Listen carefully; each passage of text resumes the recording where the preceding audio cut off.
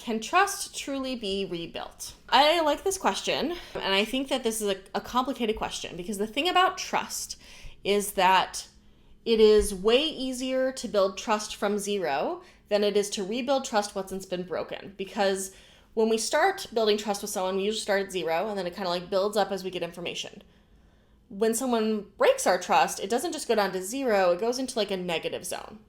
And so just getting back up to zero is a lot of work, let alone getting back up to the trust we had before it was broken. Trust for many people feels very fragile and feels very vulnerable and feels very scary, because if you've had your trust broken before, if you've had someone abuse your trust, hi Jojo, hold on one sec, dog, come here, hi. So this is Jojo. Jojo would never abuse my trust, but hi, yes, you're a very good dog. If someone has broken your trust, in order for trust to get rebuilt, I think a lot of times in like larger culture, what they talk about is like, how can you learn to trust your partner again? Rather than, how can your partner show you that they are worthy of your trust after having broken it? I think that when trust has been broken, the onus for repair falls predominantly on the person who broke the trust, not the person whose trust was broken. The person whose trust was broken has to be open to changing their mind, has to be open to trust happening again, has to be open to giving that person a chance. But the work of rebuilding the trust is on the person who broke the trust.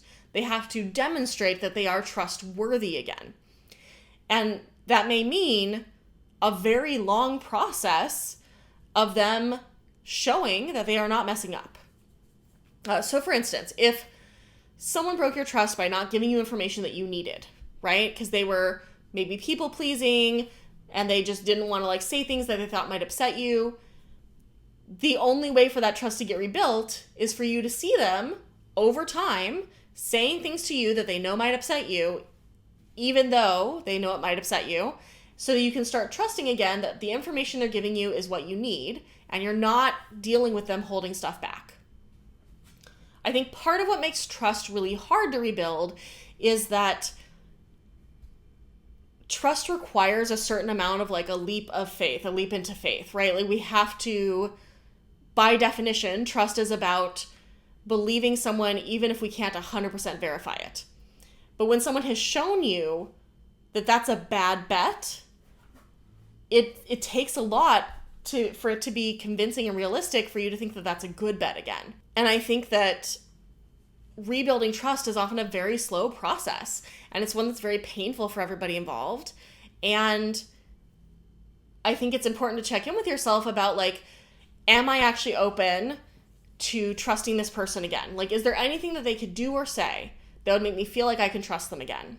And if no, don't let them try. Like, don't try to like drag this out and force yourself to trust them again. If someone has broken your trust and you don't genuinely think that you could trust them again, let them go. Just let them go. Let yourself go. Don't force yourself through weeks or months or years of trying to rebuild something that like you just can't get to. If you have broken someone's trust, I think you need to do a really serious gut check about like, why the fuck did I do this? What the fuck is wrong with me? How do I get out of this and stop doing this thing? How do I stop continuing these patterns of, because the thing is that most breaches of trust are about a person choosing to protect what they want with someone over that person's ability to know what is happening so they can make their own choices. So like if someone is cheating, what they are doing is protecting their ability to be in that relationship and to go have sexy fun, but not giving the person involved the information they need to determine if they want to stay in that relationship. So most breaches of trust are about people being selfish in their desires and losing track of or not caring about the impacts that their choices are going to have on that person. And some people will justify it as like, well, if they don't know, it can't hurt them. But like it can, and it almost always comes out. It is very rare that these things that would break trust don't eventually come out. People find out. You eventually tell someone sees you, things happen, right? And so I think that once that trust is broken, again, you're in the negative zone now. And even just getting back up to 0 is going to be a struggle. It's going to be a climb. Getting up to positive trust is going to be a hard climb. And some people are more forgiving than others. Some people are more willing to give trust again. Some people are less willing to give trust again. That's going to be a big part of it as well. For better or for worse, I am often a person who is very willing to forgive and very willing to try to trust someone again, even when they have shown me it's a bad bet. And it's something that I continually work on in therapy is like, am I giving this person my trust again in a way that is responsible to me? Or am I giving this person my trust again in a way that is not responsible to me and that is likely to get me hurt? So, figure it out. Figure out what's right for you. Figure out what the balance is for you. I think that if you're asking this question as the person who damaged trust, there's a big piece of you need to figure out what it takes to prove that you are trustworthy, that like you are worthy of trust. And you need to figure out what took you down that path of breaking that trust. What took you down that path of making those selfish choices? And can you stop that? Because it's probably going to take a lot of work for you to figure out how to stop doing that. There is often a lot of like selfishness and entitlement and insecurity and fear that underlies the things people do that break trust. And that stuff needs to get unpacked and fixed before you're going to stop breaking trust. Right now I'm dealing with something where someone has broken my trust. And I'm trying to figure out for myself, can I trust this person again?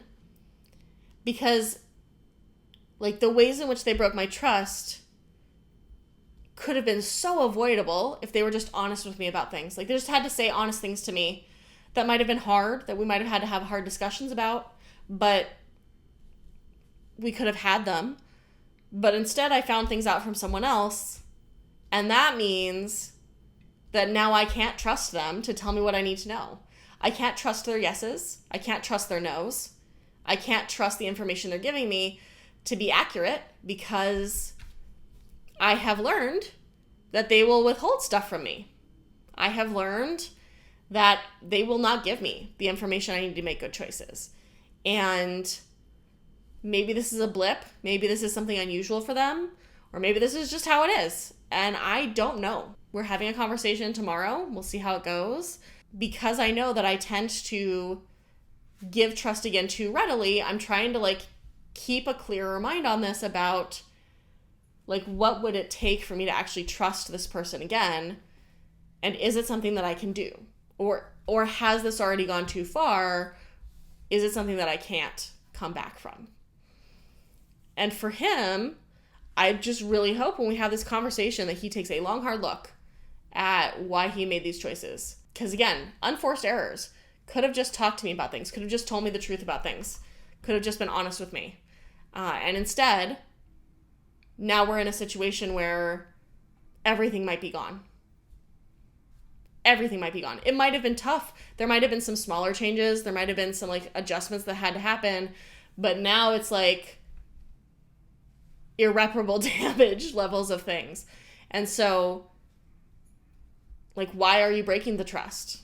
Why is it worth it to you to take that gamble? Why are you so stuck in your own desires that you're losing track of how you're impacting other people? So yeah, can trust be rebuilt? Maybe, but the majority of the work on that is going to be for the person who broke the trust. And they need to put their work into figuring out why they weren't being trustworthy and what it's going to take for them to show that they are trustworthy now.